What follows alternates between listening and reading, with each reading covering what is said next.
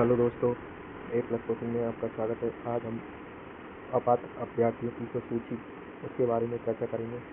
हाल ही में वर्ग 2 का 2023 में जो एग्ज़ाम हुआ है और उसका रिजल्ट 2025 में आया है। कुछ बच्चों ने डॉक्यूमेंट वेरिफिकेशन करवाया था। उन वेरिफिकेशन में कुछ बच्चे अपात्र घोषित हुए हैं। तो आने वाले अभ्यर्थियों को क्या ध्यान में रखना है, जो टीचर बनना चाह रहे हैं वो ध्यान में रखना है क्या हम गलती ना करें जिससे हम एक अच्छी खासी नौकरी लगने वाली थी और उनने डॉक्यूमेंट में गलती कर दी। तो आप ना करें ऐसा। देखिए हम बताते हैं क्या गलती करी इसमें। देखो, इन्होंने कुछ दिव्यांग स्टूडेंटों ने क्या गलती करी, उनका 40% से कम दिव्यांगता थी, इसलिए वो बाहर हो गए कुछ बच्चे। और कुछ बच्चे इंग्लिश से सब्जेक्ट से बीए तो कर लेते हैं, लेकिन उस इंग्लिश विषय में मुख्य विषय इंग्लिश नहीं होता, इसलिए वो अपात्र घोषित हो जाते हैं। तो ध्यान रहे, आप जब भी बीए इंग्लिश करें तो उसमें इंग्लिश जो है वो मुख्य विषय में लेना चाहिए, नहीं तो आप भी अपात्र घोषित हो जाएंगे। और मैं आपको बता दूं, देखिए और कौन कौन अपात्र हुए हैं। ज़्यादातर बच्चे इंग्लिश विषय के अपात्र हुए हैं जो इनका मुख्य विषय इंग्लिश नहीं था। देखो इसमें बहुत से बच्चे ऐसे अपात्र हुए हैं। और ध्यान रहे, बहुत से बच्चे अतिथि शिक्षक में इनमें 2 वर्ष नहीं हो पाए, इसलिए वो अनुभव नहीं बन पाया, इसलिए वो बाहर हो चुके हैं।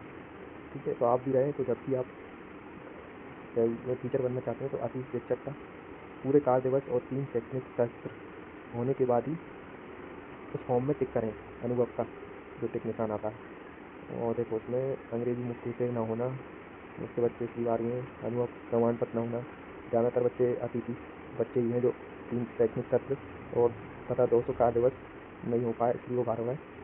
और अंग्रेजी के तो मुख्य विषय ज़्यादातर इंग्लिश नहीं देते, इसलिए उनको बाहर कर दिया गया। देखो बस इसमें ज़्यादातर यही आया है। और ध्यान रखें, कभी भी फॉर्म भरते समय कभी जल्दबाजी न करें।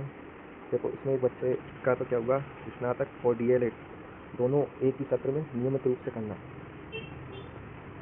इस प्राची कोई है बालिका जिसने स्नातक और डीएलएड दोनों एक ही सत्र में नियमित कर लिया, तो आप भी दोनों कोर्स एक साथ ना करें। अगर करें तो एक नियमित करें, तो एक नियमित ना करें, तभी मान होगा।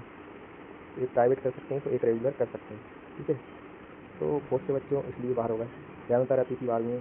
और मैथ वाले बच्चे स्नातक में गणित के साथ भौतिक रसायन नहीं है, इसलिए बाहर हो गए। ठीक है, मतलब आप जब गणित से बीएससी करो या स्नातक करो तो उसमें एक विषय भौतिक या रसायन होना जरूरी है। ठीक है, तो इन चीज़ों का आप ध्यान रखना अगली बार भरते टाइम।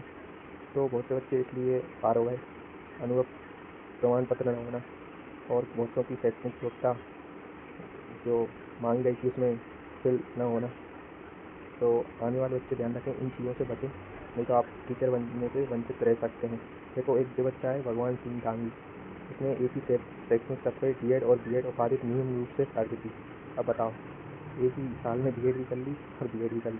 अब इन बच्चों ने नियमित कर ली, इसलिए जो बाहर होगा। तो आप ऐसी गलती ना करें। जय हिंद, जय भारत।